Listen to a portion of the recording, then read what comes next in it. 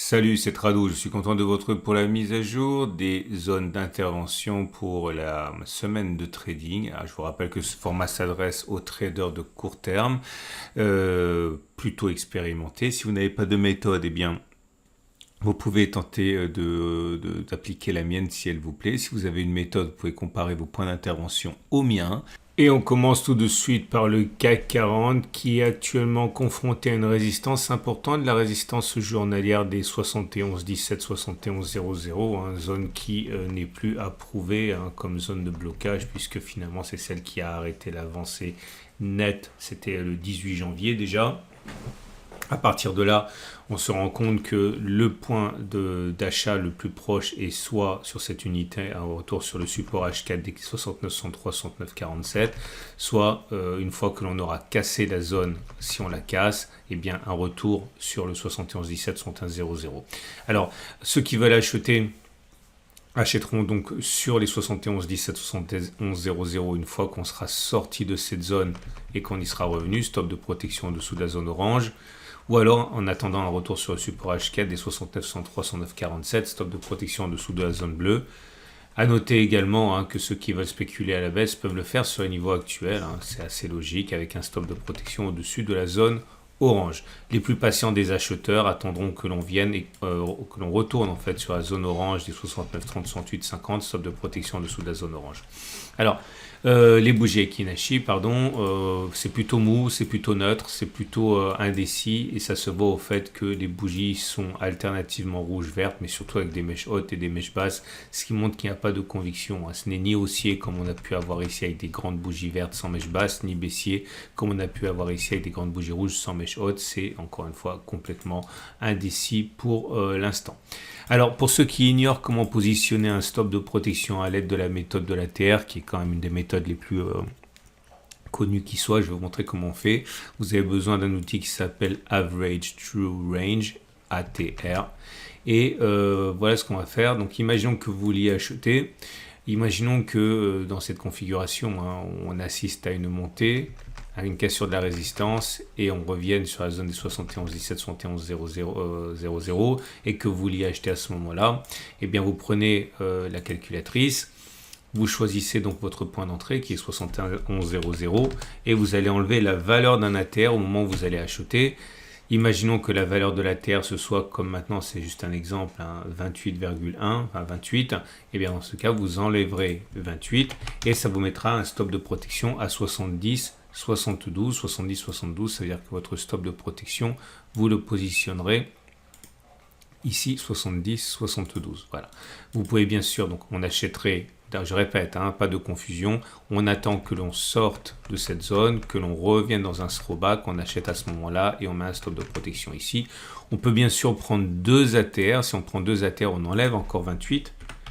Et dans ce cas, votre stop de protection, il est à 70,44. 70,44, ça veut dire que il est là. Donc ça veut dire que vous acceptez de perdre davantage pour laisser respirer votre trade sur 70,44. Et vous pouvez également, bien sûr, utiliser cette méthode pour spéculer à la baisse. Je vais vous donner un exemple. Imaginons de la même manière que vous décidiez de spéculer à la baisse sur les 71,00. Ok, pour une raison ou une autre. Donc vous prenez 71,00 et vous ajoutez la valeur d'un ATR, cette fois-ci, puisque vous spéculez à la baisse, votre stop de protection va être au-dessus de vous. On a dit que c'était 28, donc vous avez fait 71,28. Et votre stop de protection, il sera donc mis à peu près ici, 71,28. Okay. Si vous voulez là aussi utiliser deux ATR, vous pouvez le faire, vous ajoutez encore 28, donc ça fait 71,56. Et votre stop de protection, il sera là, 71,56. De manière générale, on essaie de prendre une zone qui est au-dessus de la zone de résistance pour prévoir quand même un petit peu de marge de manœuvre. Voilà ce qu'on pouvait dire et voilà comment on peut utiliser dans cet exemple l'ATR. Configuration très proche pour l'Allemagne avec son DAX 40. On bute actuellement sur une résistance à la fois H4, 15218, 15170 qui correspond à peu de choses près à la résistance journalière également des 15374, 15216, donc pas facile à passer. Dans l'immédiat, on remarque qu'une hésitation est en train de prendre place. Ça se voit au niveau des bougies Aiki Nashi qui sont, on va dire, indécises, hein, avec mèche haute, mèche basse et des couleurs qui alternent. Dans l'immédiat également, on remarquera que nous sommes donc, quand on revient sur cette zone bleue, encore mieux dans cette zone orange, dans une zone de spéculation à la baisse, hein. Certains rentreront vendeurs dans cette zone avec un stop de protection au-dessus de la zone, en utilisant notamment la méthode de l'ATR. On l'a vu, ceux qui veulent acheter ont deux solutions: attendre un retour sur le support H4 des 14950, 14900, stop de protection en dessous de la zone bleue, ou alors attendre une éventuelle cassure de cette zone, que l'on passe au-dessus, et ensuite que l'on revienne pour parier sur un retour de la hausse, stop de protection en dessous de la zone de résistance, donc devenue support par la règle du changement de polarité.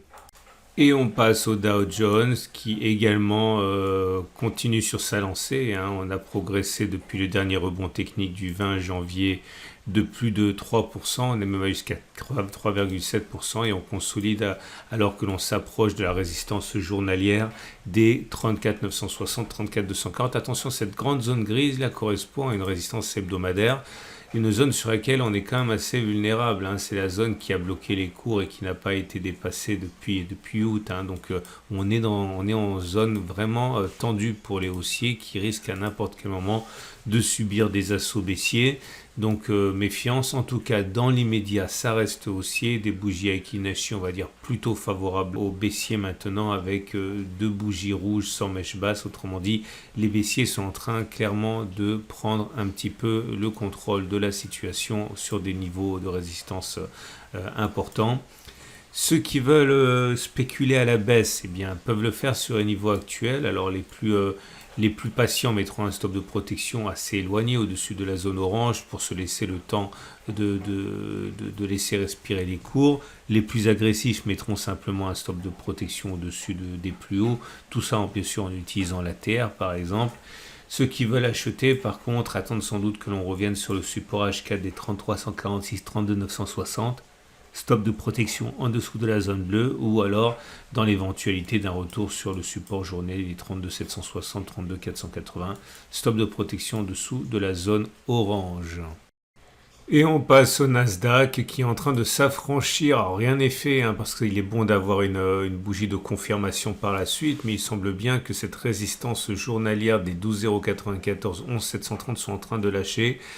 Je l'ai conservé en résistance, même si a priori ce serait maintenant un changement de polarité avec une résistance qui devient support, tout simplement parce que j'aime bien que les résistances importantes fassent l'objet d'une confirmation pour que ça ne fasse pas au contraire l'objet d'une fausse cassure. Mais en tout cas, on est vraiment à deux doigts de transformer cette zone de résistance en zone de support.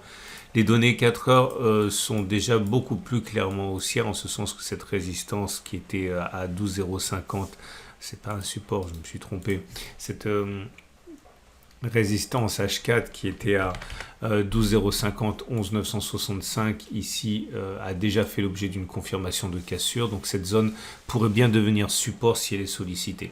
Donc clairement, si vous êtes acheteur, vous pouvez éventuellement attendre un retour sur les 12 050, 11 965, stop de protection en dessous de cette zone bleue.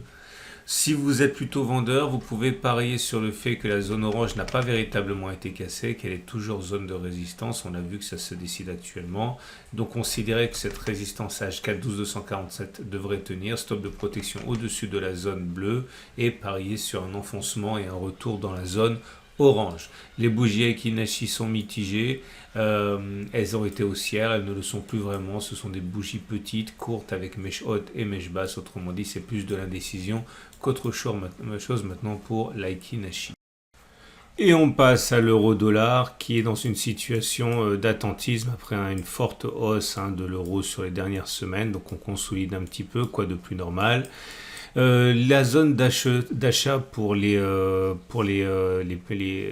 traders est dans cette grande zone orange des 1,0825, 1,0766.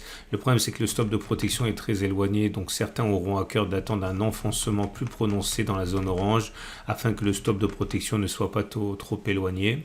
Autre possibilité d'achat, attendre que l'on passe au-dessus de la résistance journalière des 1,0927 et un retour éventuel dans cette zone, stop de protection en dessous de la zone orange et pareil sur un retour vers les plus hauts.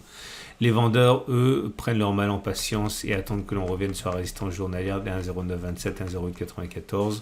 Stop de protection au-dessus de la zone. Les bougies Aiki montrent que c'est plutôt rémission. Alors c'est pas très clair, c'est vert certes, mais c'est des petites bougies avec parfois même des bougies avec des mèches hautes et mèches basses. Bref, ça a tout d'un rebond technique pour l'instant, c'est pas encore une vraie tendance haussière. Et on termine ce tour d'horizon avec Bitcoin qui est dans une forme étincelante. La hausse depuis les plus bas atteint il y a quelques semaines s'établit à plus de 50%. Pour l'instant, aucune raison de penser que la hausse soit finie, bien au contraire, il semble que l'on veuille s'aventurer vers la résistance journalière des 24 980, 24 750. Ceux qui veulent acheter attendent que l'on revienne sur le support journalier ici des 23 330, 22 300. Stop de protection en dessous de la zone orange, c'est pour ça qu'il faut certains voudront attendre que l'on s'enfonce de manière plus significative dans la zone orange avant d'acheter. Ceux qui veulent spéculer la baisse attendent sans doute que l'on vienne échouer sur la résistance journalière des 24 980, 24 750. Stop de protection au-dessus de la zone. Et les bougies Aiki montrent une petite fatigue passagère. Les bougies vertes sont de plus en plus courtes, elles deviennent même de plus en plus hésitantes, mais c'est pas baissier pour autant, c'est simplement qu'on a monté et là on consolide un petit peu.